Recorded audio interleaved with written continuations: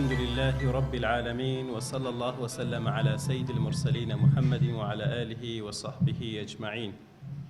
هجرتي پیغمبری خو عليه الصلاة والسلام لشاري مكي بيروز بو شاري مدينة منورة خوشويستان دیارە پێغەمبەری خوا عەلەیهی الصلاة والسلام کە ڕەسوولە کە پێی دەگوترێ نەبی بە کوردیەکەی پێی دەگوترێ پەیامبەر کە ئێمە پێی دەڵێن پێغەمبەر عەلەیهی الصلاة والسلام.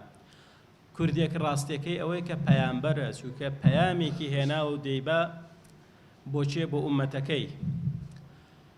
پێغەمبەر عەلەیهی الصلاة والسلام لەو کاتەی کە بوو بە پێغەمبەر و خوای گەورە پەیامەکەی بۆ نارد بە یەکەم ئاەت کە ئیقرأ باسم ربک الذی خەلق هاتەوە پێغەمبەری خوا عەلەیهی الصلاة والسلام ترسێک لێی نیشت و ترسانێک ڕووی تێکرد، بەڵام ئەوە سەرەتایەکێتی بۆ بانگەوازی ئیسلام کە خوای گەورە لە ئاەتی دوای ئەوەدا دەفەرمێ یا ئەیوهە المدەثر قم فأنذر وثيابك فطهر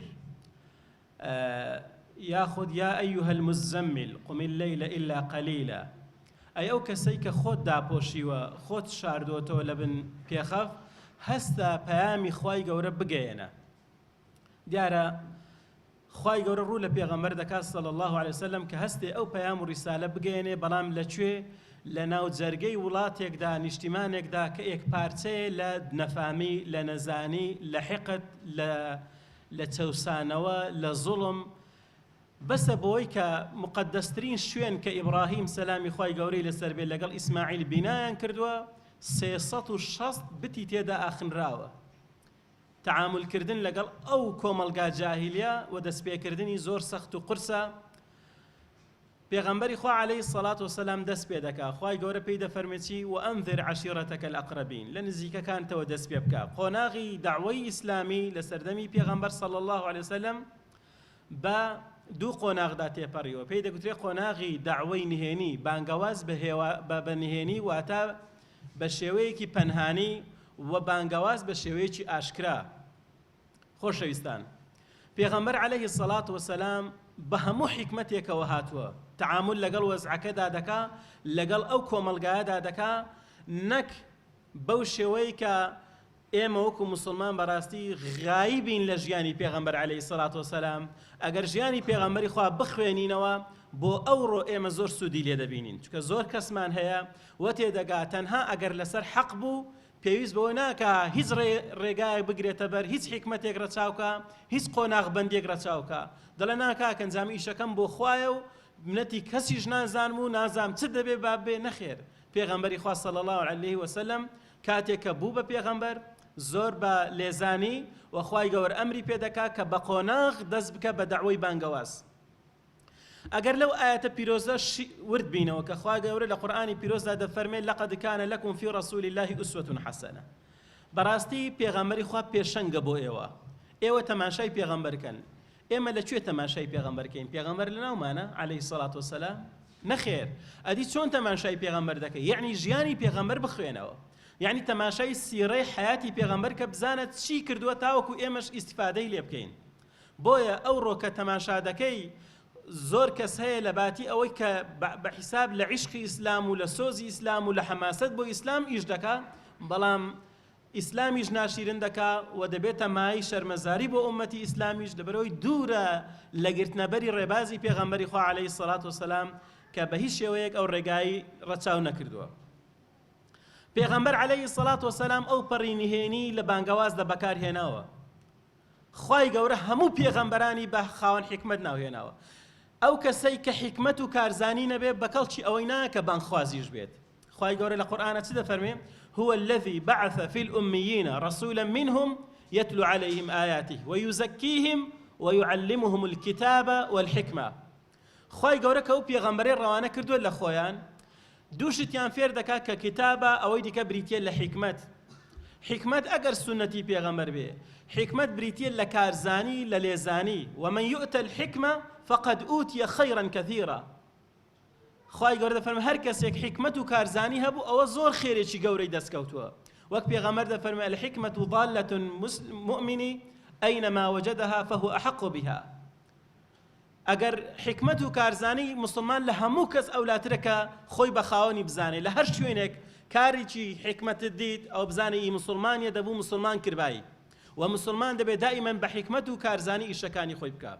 تەماشای ژیانی پێغەمبەر دەکەی صلی الله عليه وسلم ئەو فقهەی کە پێغەمبەر هەی بووە عليه الصلاة والسلام نەک هەر زانیوێتی لە ناومەکە چەند تیرە هەیە و چێ تەبیعەتی چۆنە و چێ توندە و چێ خراپە و چێ باشە، زانیوێتی فقهێکی واقعی هەبووە.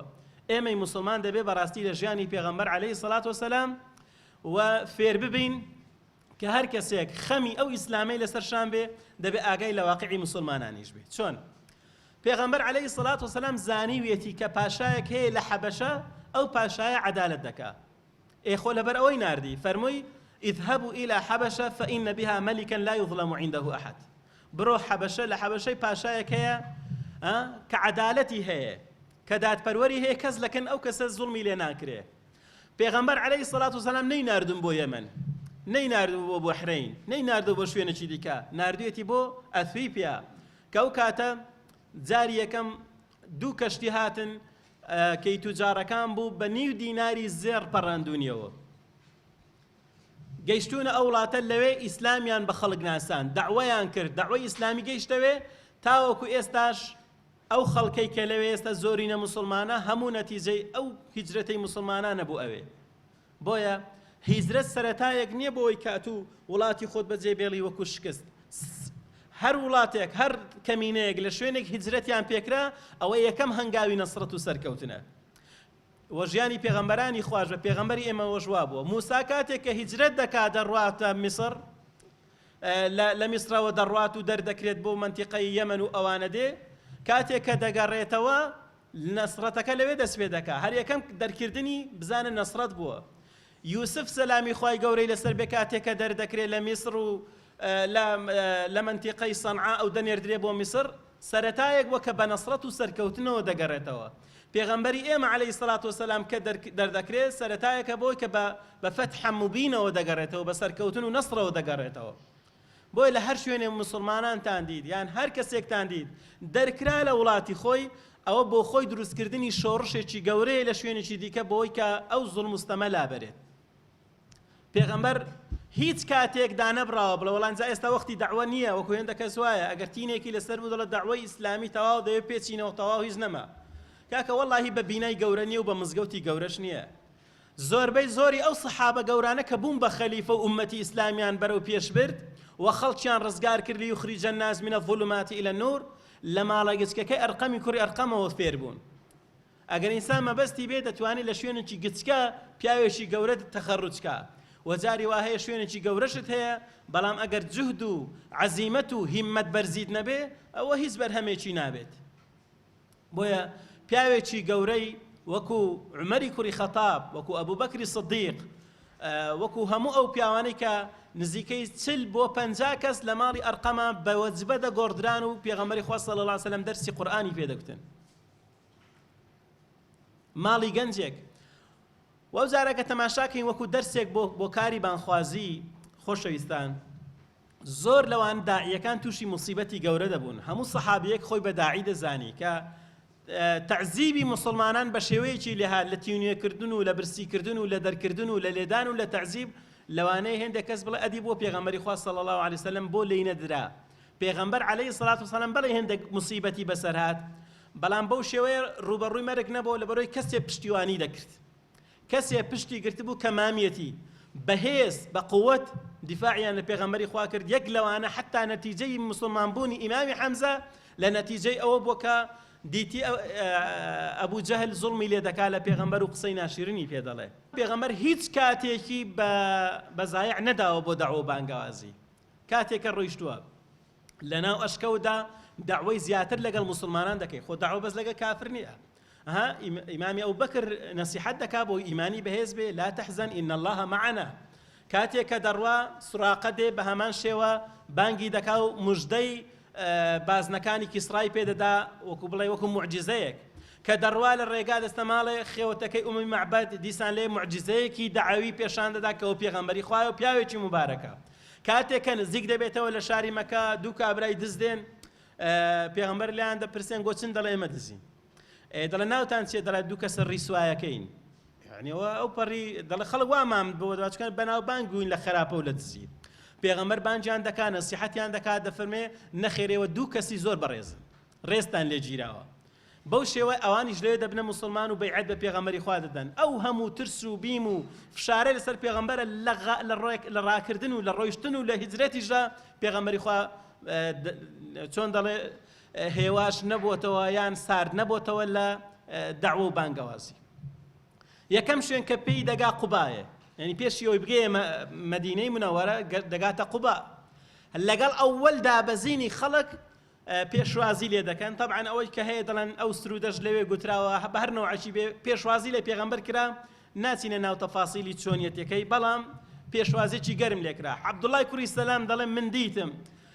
دەورەی پێغەمبەری خوا ڕەشدا گیرا بوو هەمووی قەڵەباڵغ بوو ئەو پێغەمبەرە قسەی بۆ دەکردن عەلەیهی سەڵات وسەلام دەڵێ من وەکو جوولەکەیەک یەکەم کەس لەوانەی جوولەکەکان خۆم گەیاندە لای وتم توخوا ئەوەی کە باسی دەکەم بزانم ئەو ئینسانە پێغەمبەرە یان خەڵکی هەڵخەڵەتاندووە دەڵێ هەر تەماشای دەموچاوی پێغەمبەرم کرد صلی الله عليه وسلم زانیم ئەو دەموچاوی ئینسانی درۆزن نییە خۆ ئینسانی درۆزن سبحان الله هەر لە شکر و شێوەشی دیارە دەڵێ ئەو حەدیسەم لەوێ لەبەر کرد لە پێغەمبەری خوا پێغەمبەر فەرمووی عەلەیهی الصەلاة وسەلام أطعموا الطعام وأفشوا السلام وصلوا بالليل والناس نيام تدخلوا الجنة بسلام دەڵێ ئەو قسەی بۆ خەڵکی دەکرد فەرمووی خواردن بدەنە خەڵکی سەلام لە خەڵکی بکەن بە شەو نوێژ بکەن کاتێکە خەڵک نووسووە ئێوە دەستنە بەهەشتێ زۆر بە ئارامی و بە بێزەڕی و بە بێزیانی یعنی تەماشاکە ئاها پێغەمبەر عەلەیهی سەڵات وسەلام پەیامەکەی چۆنە ئەفشوا السەلام یەکەم جار پەیامی ئیسلام پەیامی ئاشتیە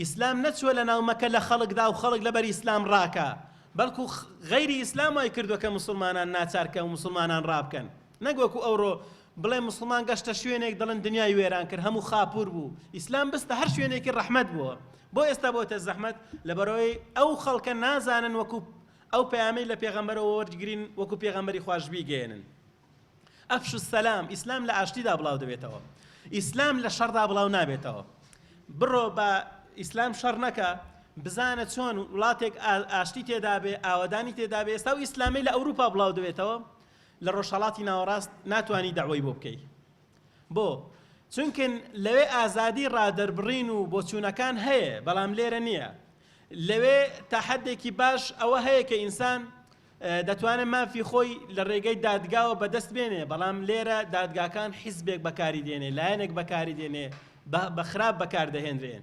بەرحاڵ ئیسلام لە حەبەشە زۆر تەشەنەی کرد زۆر بە خێرایی بڵاو بوون لە مەدینەکە ئاشتی تێدا بوو ئەمنیەتی تێدا بوو پێغەمبەری خوا عەلەیهی سەڵات وسەلام دیسان داوای ئیسلامی زۆر بە خێرایی تەشەنەی دەکرد لە ماوەی 15 ڕۆژدا پێغەمبەری خوا مزگەوتی قوبای دروست کرد ماڵی خۆشی لە ماڵی ئەبوو ئەیوب ئەنساری نزیک مزگەوتەکە دانا دوای 15 ڕۆژ پێغەمبەری خوا عەلەیهی سەڵات وسەلام شۆڕ بۆ ناو مەدینە لەوێ دەستی کرد بە دروستکردنی مزگەوتە گەورەکەی کە ئێستا پێی دەڵێن مزگەوتی پێغەمبەر عەلەیهی سەڵات وسەلام و لەوێ جارێکی دیکە و جار هات لەوێ دەستوری بۆ موسڵمانان نووسیەوە بۆ غەیرە موسڵمانانیش دەستورێک نەک لیژنەی نووسینەوەی دەستور لیژنەیەک بە تەنها پێغەمبەری خوا عەلەیهی سەڵات وسەلام بەڵام مافی هەموو کەمینە و نەتەوایەتەکانی دیکەی تێدا ڕەچاو